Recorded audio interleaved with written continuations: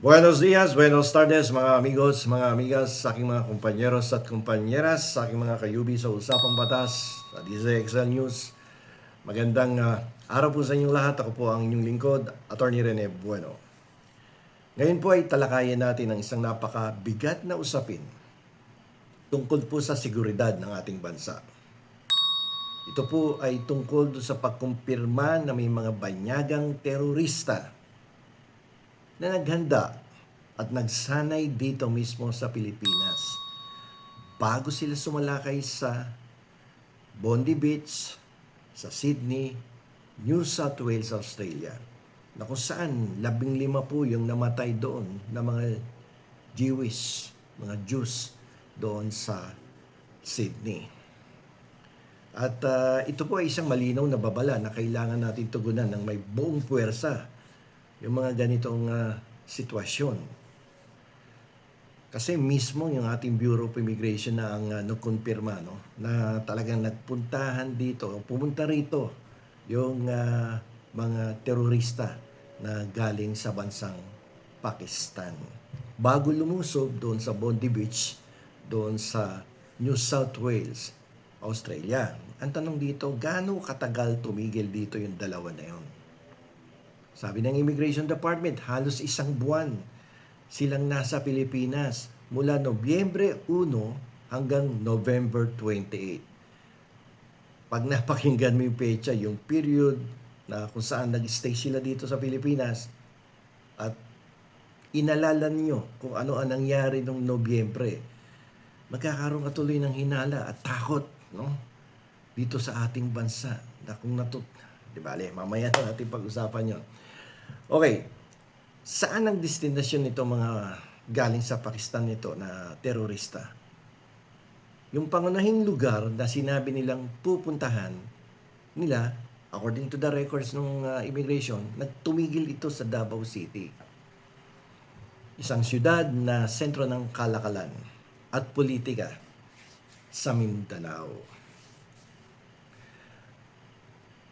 Yung pananatili nila ay ilang linggo lang, no, bago nila isinagawa yung kanilang pag-atake do sa Sydney noong December 14. Nung isang araw lang, di ba?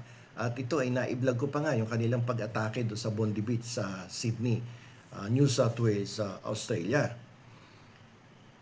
Medyo hindi maganda nagiging implikasyon nito na napag-alaman na galing dito yung terorista.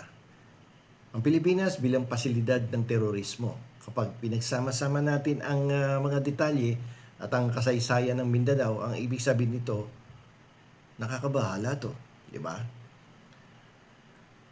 Yung halos isang buwan nilang pagtira sa Davao ay malakas na palatandaan na nagpunta sila sa Pilipinas para magsanay sa estilo ng militar o makipag-ugnayan sa mga lokal na grupong extremist.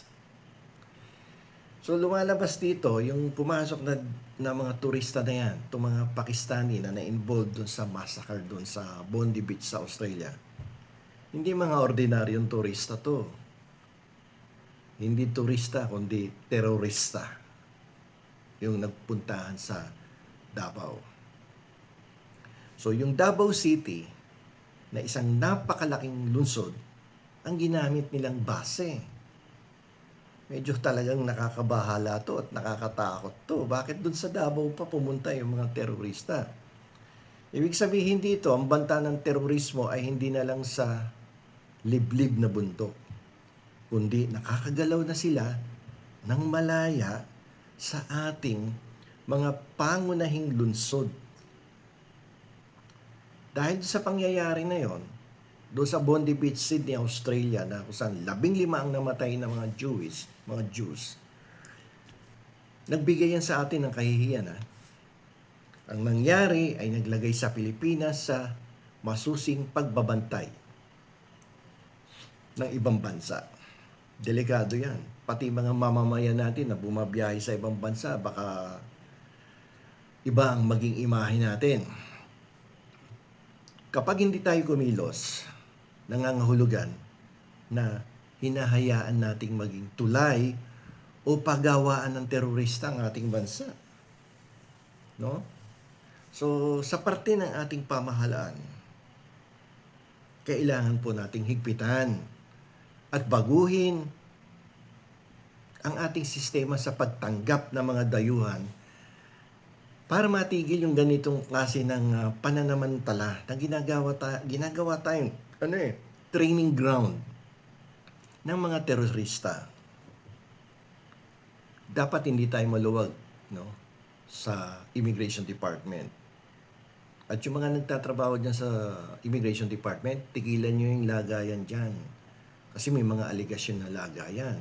Huwag kayong magluwag. Baka mamaya may mga padulas niluluwagan ninyo yung pagpasok ng mga foreigner, lalong-lalo na yung galing sa mga bansa na kung saan kilala sila sa pagtitrain ng mga terorista.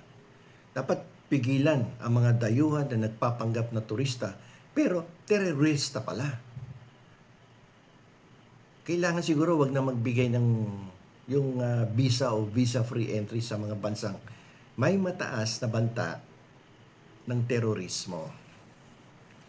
Tapos hindi basta yung bibigay mo na lang yung visa, kailangan makipag-usap ng harapan ang mga turistang gustong pumasok dito, doon sa konsulado, no? Yung mga aplikante ng visa, dapat may one-on-one, in-person interview na yan. Kasi ang problema dito, hindi natin sila nababantayan. No? Dapat may deep vetting. Hindi basta-basta binibigyan agad-agad ng visa. No, medyo mag-igpit tayo. Yung iba nga, immigration ng other countries, hirap na hirap tayong kumuha ng visa. Dapat ganun din ang gawin dito sa ating bansa.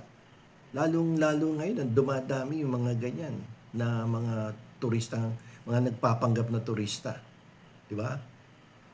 Dapat magtulungan ng National Security Council at yung Bureau of Immigration. Dapat kailangan i-check ang mga traveler sa mga listahan ng terorista ng ibang bansa. Tulad ng Australia at Interpol. Bago pa man sila lumapag, dapat well-check yan. Di ba? So, base sa impormasyon, ginagamit ang Davao ngayon bilang sentro ng operasyon. Dapat subaybayan natin yan. Dapat magpatupad ng sapilitang pagrerehistro at pagsubaybay sa mga dayuhang nagtatagal o nagtutungo sa mga lugar sa Mindanao na may mataas na peligro. Mula sa tourist haven tungo sa ligtas na border, ang kaso ng mga teroristang Akram na ginamit itong Davao City bilang kuta nila para sa kanilang pag-atake. Ito ay isang malinaw na pagpapakita na mayroon tayong matinding problema dito. Pinagsasamantalahan po yung ating bansa ng mga teroristang galing sa ibang parte ng ating daigdig. Matagal na kasing nakatuon ng Pilipinas sa pagpapaalis at pagsuporta, no, sa OFW. Ngunit naging maluwag at madaling pasukin naman ng ating bansa para sa mga banyagang may masamang balak katulad ng ginawa sa Bondi Beach sa Australia. Dapat matigil to. Ang gobyerno po natin ngayon ay may isang mahalagang desisyon. Itutuloy ba natin ang pagpapabaya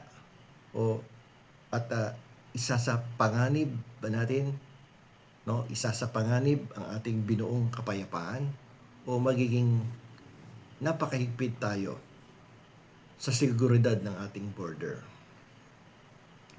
Dapat hindi pantay ang hindi pantay ang pagtingin sa lahat ng turista. Medyo maghigpit ng konti. Yung Bureau of Immigration ay dapat maging masigasig. At dapat napakahigpit ninyo dyan sa pag-iimbestiga ng mga turista galing sa mga bansang may matibay na ugnayan sa terorismo. Katulad ng Pakistan. Di ba? Yung pagiging tourist-friendly natin ay hindi dapat maging sagabal sa national security. Hindi na dapat madali ang pagkuha ng visa. Kailangan personal na humarap sa embahada ang mga aplikante upang patunayan na tapat ang kanilang layunin. Legit dapat ang purpose. Yung gastos sa masusing background check ay mas maliit kesa sa pinsalang dulot ng isang teroristang pag-atake. Huwag magtipid sa pag-conduct ng background check. Pondohan ninyo. Kesa naman mapahamak yung seguridad ng ating bansa. Mamuhunan sa intelligence. No? Yung pangunahing depensa natin, yan yung impormasyon Kailangan makipag-ugnayan ang Bureau of Immigration sa mga ahensya ng intelligence sa ibang bansa at mabilis na magbahagi ng impormasyon tungkol sa mga pasahero bago pa man sila dumating. Ginagawa ng ibang bansa yan Ang katotohanan ay ang seguridad ng border, ang seguridad ng bansa. Ang pagpayag na magsanay ang mga banyagang turista sa Davao ay hindi lang issue ng diplomasya. Ito ay isang malaking pagkukulang na naglalagay sa buhay ng bawat Pilipino sa panganib. Kailangan pong kumilos ang gobyerno ng may matinding kahigpitan at determinasyon para protektahan ang ating lupain at bawiin ang kaligtasan ng Pilipinas.